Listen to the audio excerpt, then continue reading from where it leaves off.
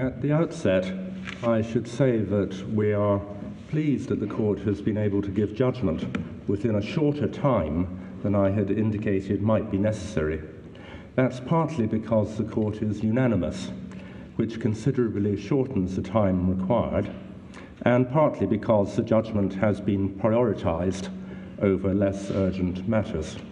The purpose of the proposed bill is to hold a lawful referendum on the question of whether Scotland should become an independent country. That is, on ending the Union and ending the sovereignty of the United Kingdom Parliament in relation to Scotland. The effects of legislation for the purpose of deciding whether it relates to a reserved matter are not confined to its legal effects, but include its practical effects. A lawfully held referendum would have important political consequences relating to the Union and the United Kingdom Parliament. Its outcome would possess the authority in a constitution and political culture founded upon democracy of a democratic expression of the view of the Scottish electorate.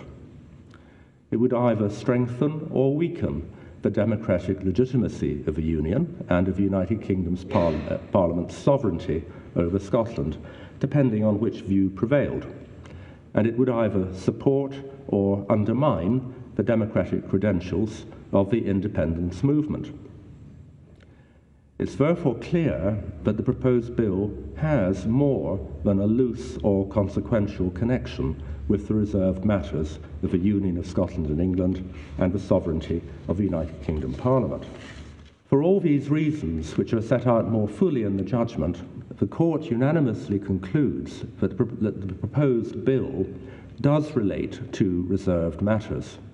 Accordingly, in the absence of any modification of the definition of reserved matters by an order in Council under Section 30 of the Scotland Act or otherwise, the Scottish Parliament does not have the power to legislate for a referendum on Scottish independence. The Court will now adjourn.